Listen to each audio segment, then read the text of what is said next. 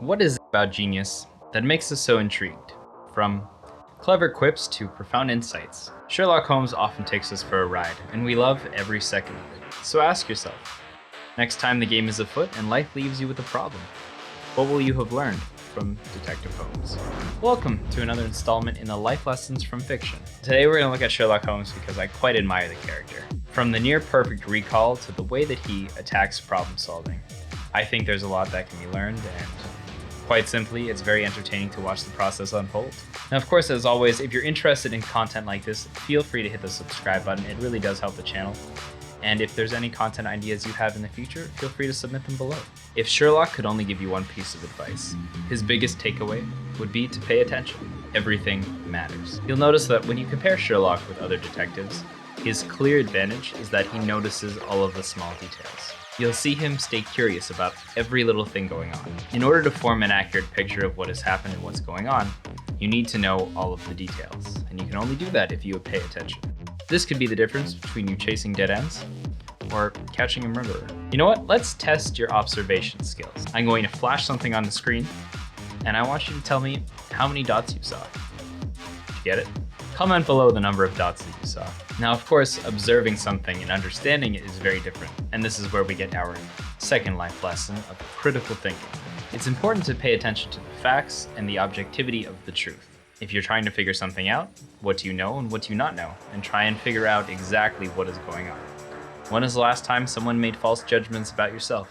You're a bloody psychopath. Perhaps they didn't have a clear picture and jumped to conclusions. That's exactly what we're trying to avoid here. Now, of course, understanding a situation is not always the same as understanding people. Sometimes this could be Sherlock's biggest misgiving. I'm not a psychopath, Anderson. I'm a high-functioning sociopath. Do your research. Life lesson number 3 is to understand people's motivations. Remember, when you're trying to understand what someone has done or where they're coming from, it is best to put yourself in their shoes. By watching the way they act, listening to how they feel, and hearing more about their life, you can come to understand their path a little bit easier. Now, of course, I talked about this in my communication series, and if you're curious about that, you can check in the link below. Now, the fourth life lesson here actually comes from the criminals, and that is to consider how to plan properly.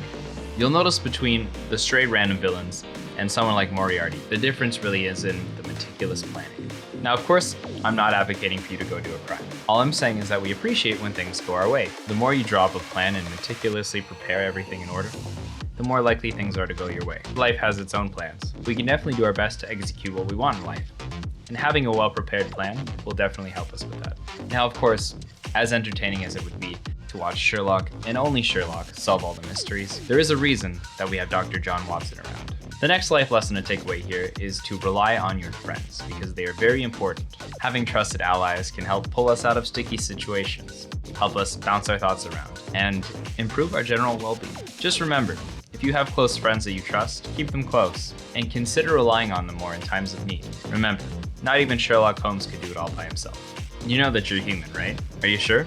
Because most of us seem to hold ourselves to an almost impossible standard. The next life lesson here is to understand that all of us have flaws. Now, the series of Sherlock Holmes definitely displays this when you find out that Sherlock has a drug problem.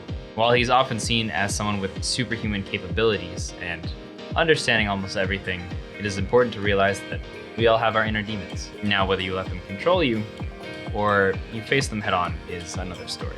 But just know, whatever your struggles may be, I wish you good luck. Now, I have a question for you. If you were one of the most intelligent minds that Earth had to offer at this time, what would you do with it? Would you try to extort the stock markets and make ungodly amounts of money? Or would you just try to get famous? Now, Sherlock, being the genius that he is very happy with living pretty minimally. The name's Sherlock Holmes and the address is 221B Baker Street. While I'm sure some of the greatest PIs make tons of money, Sherlock Holmes is happy living a relatively humble lifestyle because he gets to do what he loves, and that's all that really matters. And there's some real beauty in that. The last thing I'm going to throw at you is a perspective. Consider the fact that whenever Sherlock Holmes gets stumped, he's excited. He puzzles and puzzles, and as he works away, you see the cogs in his mind slowly shift. You'll find that he obsesses over all of the interesting details and tries to put things together. The takeaway here is to look at all of life as a game. If you take on life's challenges and mysteries with the same vigor that Sherlock Holmes does, you'll find it very rewarding. And not only will you get ahead in life, but you'll probably also enjoy the ride more. So friends, what's your favorite mystery? There are countless ones out there, and I'm just curious as to what stuck with you the most. That's everything I have for now, and if you stuck around this long, I really do appreciate it. Thank you so much. Consider dropping this video a like and letting me know how you can be more like Sherlock Holmes at home. I hope you guys are having an amazing day, and I will catch you later. Bye for now.